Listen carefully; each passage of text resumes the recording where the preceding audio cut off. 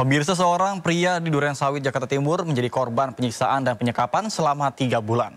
Peristiwa ini terjadi karena masalah jual beli mobil. Korban kemudian mendatangi Mapolsek Durensawit terkait dengan kasus ini.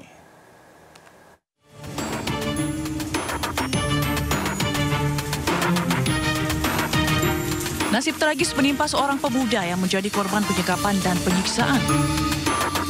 Korban berinisial MRR merupakan seorang mahasiswa berumur 23 tahun. Kasus penganiayaan dan penyekapan ini berawal dari masalah jual beli mobil yang dilakukan korban bersama terduga pelaku berinisial HRA. Korban diketahui menggunakan uang transaksi jual beli untuk kebutuhan pribadi yang seharusnya disetorkan kepada terduga pelaku.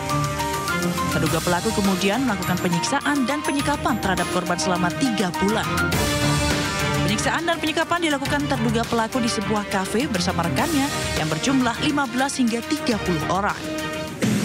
Mohon maaf ya, tapi harus saya sebutkan satu persatu, metode disiksanya itu lebih kejam dari penjajahan zaman dulu. Gitu kan? Korban kita ini diborgol tangannya, kakinya diikat dengan kabel, ditelanjangi, mengalami pemukulan secara bergantian oleh lebih dari 30 orang, gitu kan? Itu antara 20 atau 30 orang.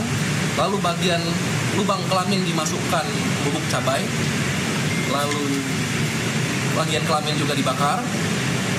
Dan bagian puting juga dijepit menggunakan tang potong. Dipaksa memakan batu kerikil dan puntung rokok. Teman korban mengatakan bahwa korban masih membutuhkan perawatan berkelanjutan hingga beberapa tahun ke depan. Hasil pemeriksaan saraf kemarin di rumah sakit itu kan yang mirisnya ini harus menjalani tahapan pengobatan berkelanjutan. Jadi efek dari benturan yang dilakukan oleh mereka ini mengakibatkan dia harus mengalami perawatan yang lebih lanjut. Jadi pengobatan jangka panjang untuk psikis dan kejiwaan. Kapolsek Durensawit, AKP Sutikno mengatakan pihaknya telah menerima laporan kasus dugaan penganiayaan dan penyekapan yang terjadi di kawasan Durensawit, Jakarta Timur. Tentang adanya dengan melawan hukum merampas kemerdekaan orang lain. Nah, di sana adalah pasal 333 KUHP. Dan saat ini penyidik sedang melakukan penyelidikan maksimal. Itu yang sedang ditangani di KPK. Hingga saat ini, 4 saksi telah diperiksa oleh pihak kepolisian untuk mendalami kasus ini lebih lanjut. Dari Jakarta, Rio Manik, iNews melaporkan. Jadi pada tanggal 19 Juni yang lalu, kami telah menerima laporan polisi terkait adanya penyekapan yang dialami oleh korban RPP. Terduga pelapornya itu adalah saudara H. Nah, bersama kurang lebih 20 orang rekan-rekannya. Saat ini kami masih melakukan pendalaman terhadap perkara tersebut. Nah, adapun motif terjadinya penyekapan dan juga dugaan penganiayaan tersebut itu diduga berawal adanya jual beli mobil. Jadi si pelaku ini meminta korban RPP untuk menjualkan 1 unit mobil. Mobil ini sudah terjual senilai 320 juta, namun baru dibayarkan sekitar 120 juta terhadap pelaku penyekapan H. Nah, pada saat...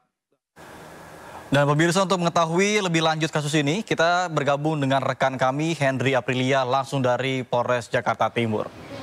Baik, selamat siang Henry. Dari hasil pemeriksaan, apa saja motif penganiayaan dan juga penyekapan? Silakan.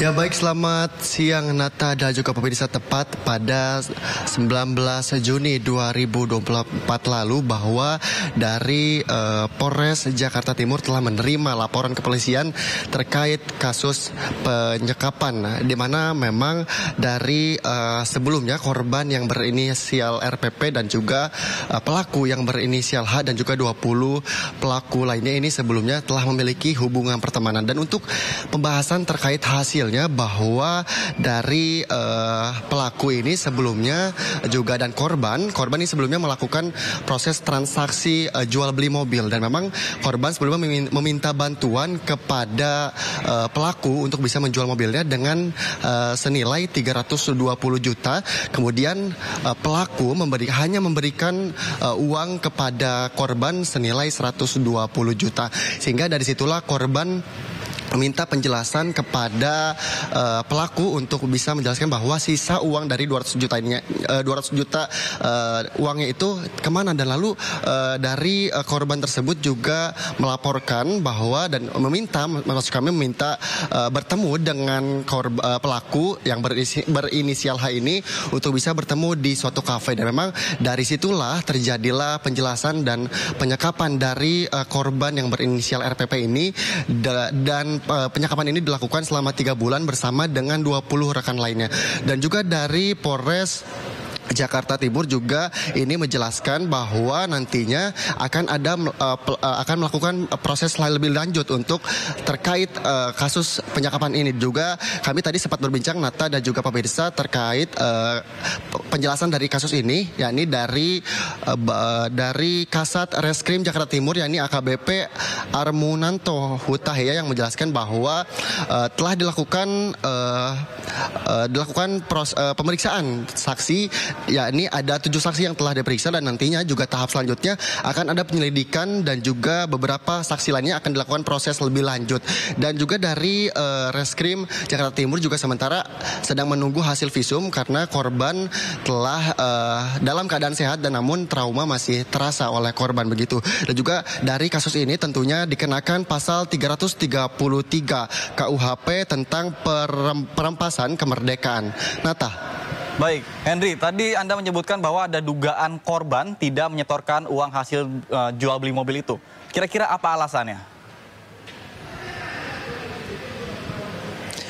Ya baik, Nata dan juga pemirsa, untuk terkait penjelasan dari data yang kami dapatkan bahwa 200 juta yang belum dikembalikan ini sementara dari pelaku yang berinisial H ini sementara tidak dibalikan karena digunakan untuk kepentingan pribadi, sehingga dari sinilah korban meminta untuk bisa mengembalikan atau menggantikan uang yang telah digunakan. Namun dari pelaku tersebut belum bisa mengembalikan, sehingga terjadilah penyekapan dari korban tersebut. Seperti itu, Nata. Baik, terima kasih Andri atas laporan Anda. Selamat kembali bertugas dan salam sehat.